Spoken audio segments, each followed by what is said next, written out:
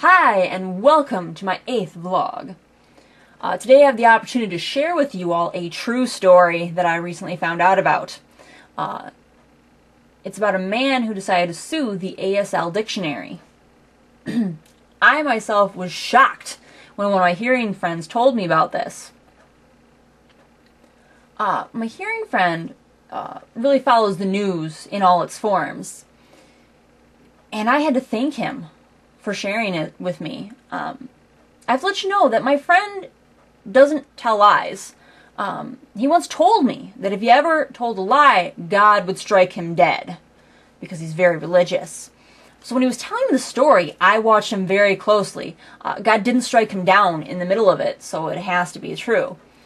So what happened is a hearing man had learned some sign language to communicate with his deaf son. So they went to the deaf son's baseball game, and the son was just doing awful that day. The dad decided to go gripe at him.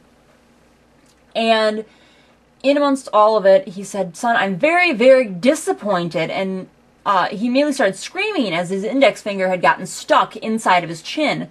They pulled it free and it left a big hole there. The man was very upset at this and decided to sue the dictionary for his troubles. So the case went to court, and the lawyers presented 2 other cases that had been dismissed.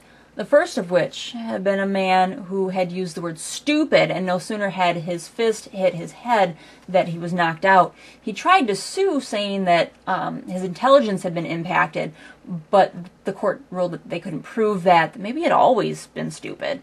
So ASL was off the hook. The second case was an interpreting student who had some really long, fancy nails.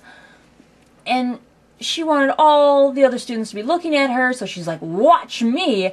And her 2 fingers went straight into her eyeballs. She decided to sue, but the court ruled that the blindness hadn't been caused by the language, it had been caused by her nails. So when they looked at this case, the most recent case, they talked about the fact that maybe ASL wasn't a good match for hearing people with their weak bone structures and their awkward movements around their faces. And they looked at the fact that the man had been physically deformed from this experience, and the fact that, you know, he didn't have long nails that had caused the injury, so they had to blame the dictionary, where if you looked right in there under the word disappointed, it would show a picture of someone pointing at their chin.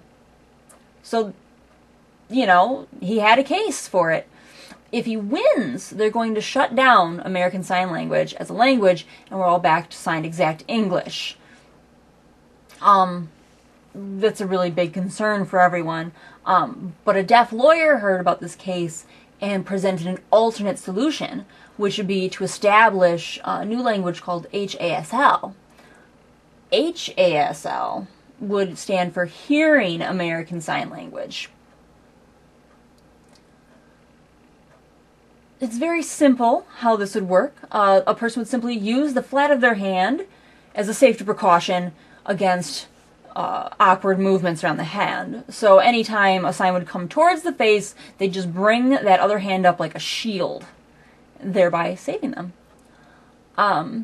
It's very safe and simple, and would definitely solve the problem. So we're going to see how the proceedings go, and if they decide to shut down ASL as a language and we're back to signed exact English, or if they start the new HASL.